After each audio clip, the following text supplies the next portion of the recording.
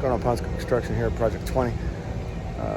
Today is day 6, and we are ripping the house apart with the mad scientist. Oh shit, Leo is stuck. Oh man, I'd have to go around. Probably over that way, go around.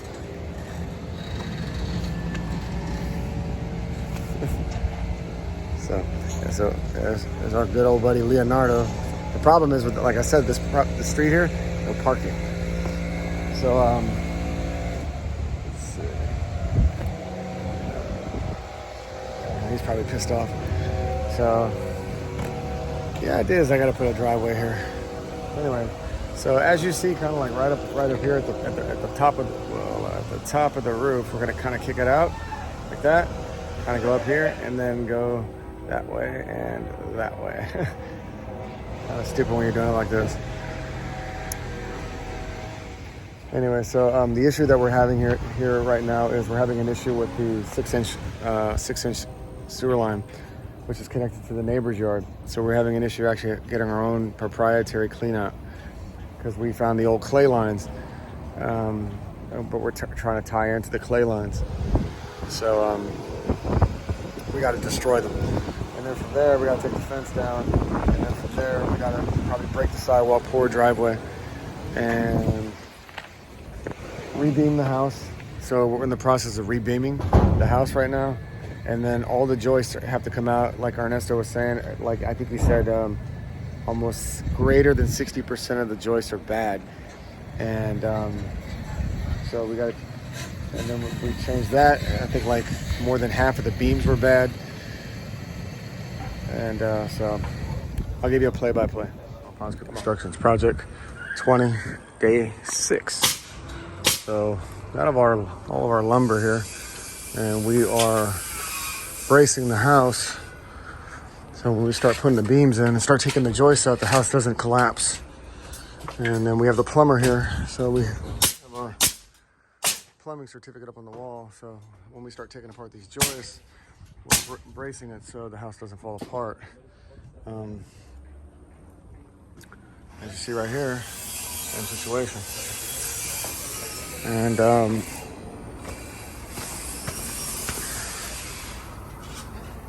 so the plumber is out here trenching up the old clay sewer line, which is at the end of its life. That thing is gone. Mr. Ernesto, can you kind of give us a brief summary on what's been going on for today? Come on, man, just be yourself. Hey, how y'all doing, man? It's Ponce Construction. EMLM. Construction. So what we're doing here today is basically replacing every beam, every structural beam on the exterior walls and then the interior walls. How much termite damage on this property did you see? I would say about 50% of the beams had termite damage. Okay. And about 65% of the floor joists were totally just gone. Right. So. Do you typically see that in homes of this age? A 93-year-old house. Yeah. Yeah. Yeah. So, I mean, as a remodeler or home builder, I mean, what kind of preventative maintenance do you recommend for somebody to do if they have like an older home, or what do you recommend for somebody to do? I guess to kind of to prevent it. Yes. Well, now it's we use treated lumber.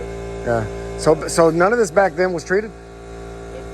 Probably not, I guess. To my knowledge, no, but it's some hard shit, right? But it's still not 100% proof, and it's not termite free. Oh yeah. But that's some hardwood. Gotcha. Definitely some good shit. All right. How long do you estimate this transition to go through before we could start, say, like doing the siding or the roof?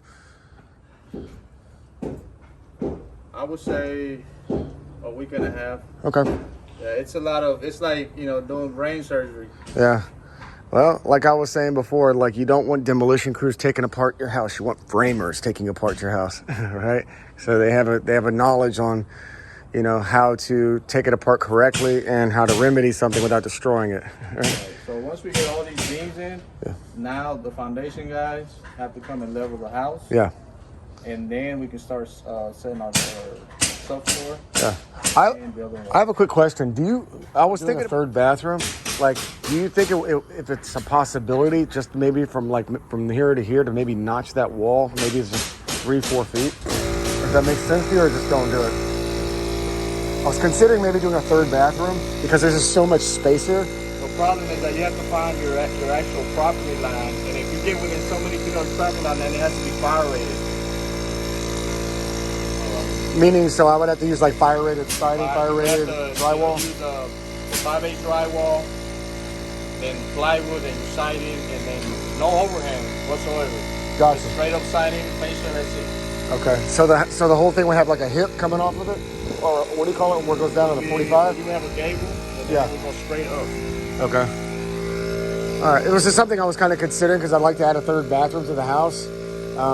But if it don't make sense, it don't make sense. That means adding 2 additional beams from the center of the house, cantilever out, about maybe 3 feet, 4 feet. So if it's 3 feet out, it's 6 feet in, right? Oh, it has to be 3 times the length.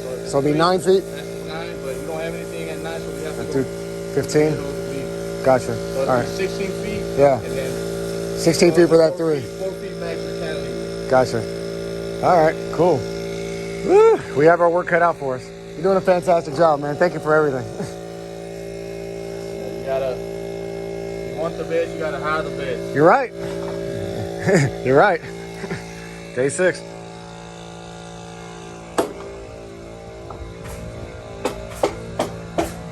I got the garage open for you too.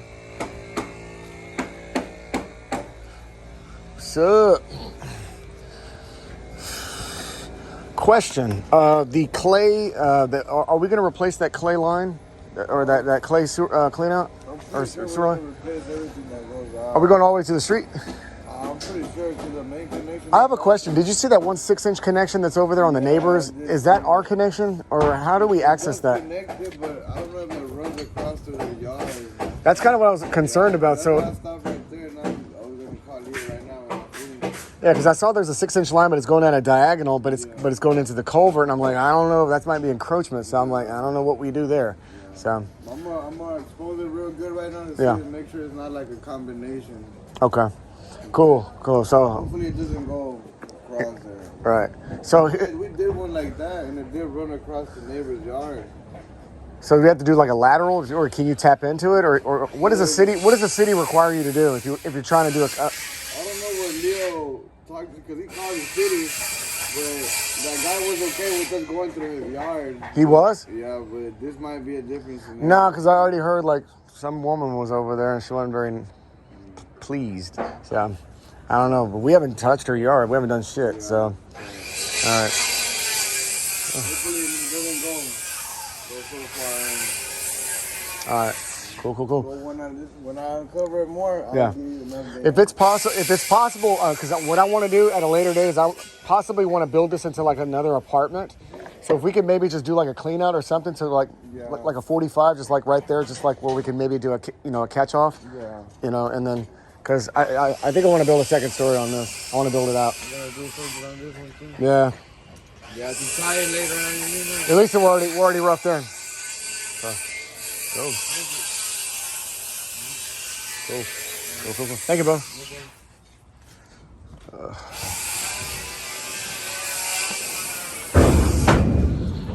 Ooh. What a pain in my ass. Expensive. So the idea is here is I want to float the floor, put a bunch of pier beams going all the way across, restabilize the entire thing off of the new pier beams, cancel the bottom, cut the roof, go up, and build a second level. That's kind of what I'm thinking. So then you have a balcony right here, really cool parking, and that'll be that.